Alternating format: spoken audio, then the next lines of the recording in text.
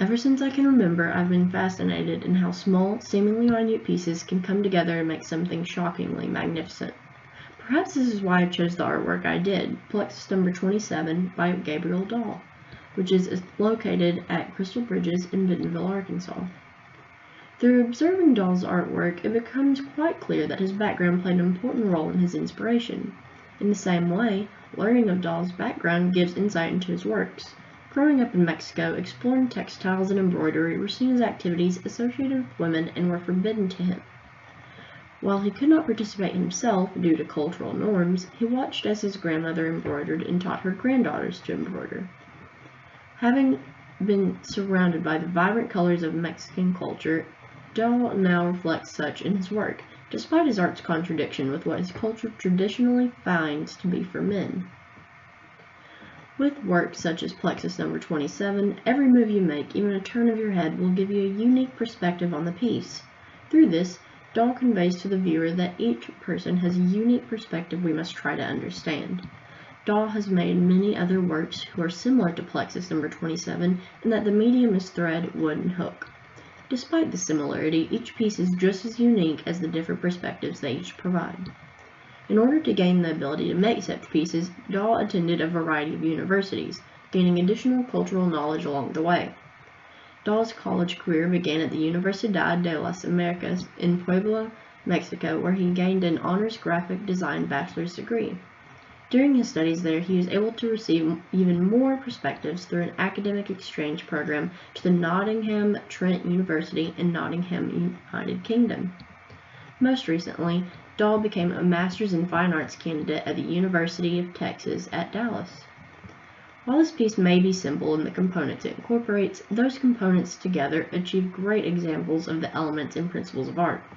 The most obvious element of art in this piece is its use of lines. These lines create a variety of paths through space, giving way to many forms as the viewer moves around the piece. While ordinarily a string has a rather flat presence, the form created through the placement of the strings Dawe incorporates gives way to a unique three-dimensional image. While the lines made by the strings are geometric in and of themselves, when together they create an organic form which is highly reflective of the unpredictable movements of nature. Perhaps even greater than the use of lines in this piece is that of the integration of space. While moving around the piece, the perspective of space alters with you, with different strings simultaneously appearing to come closer and farther with each step. If there is anything that can be attributed to this piece, it is its use of light and color.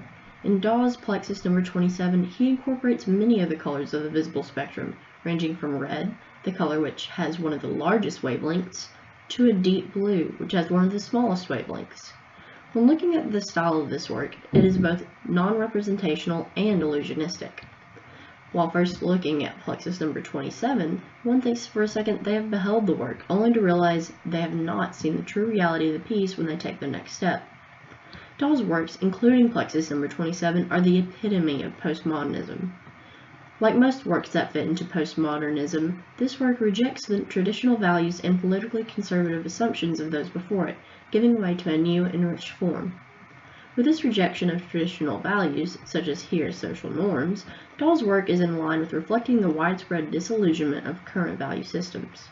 By changing the viewer's perspective constantly, he forces a new image or illusion, showing that what we think is a certain way may not be.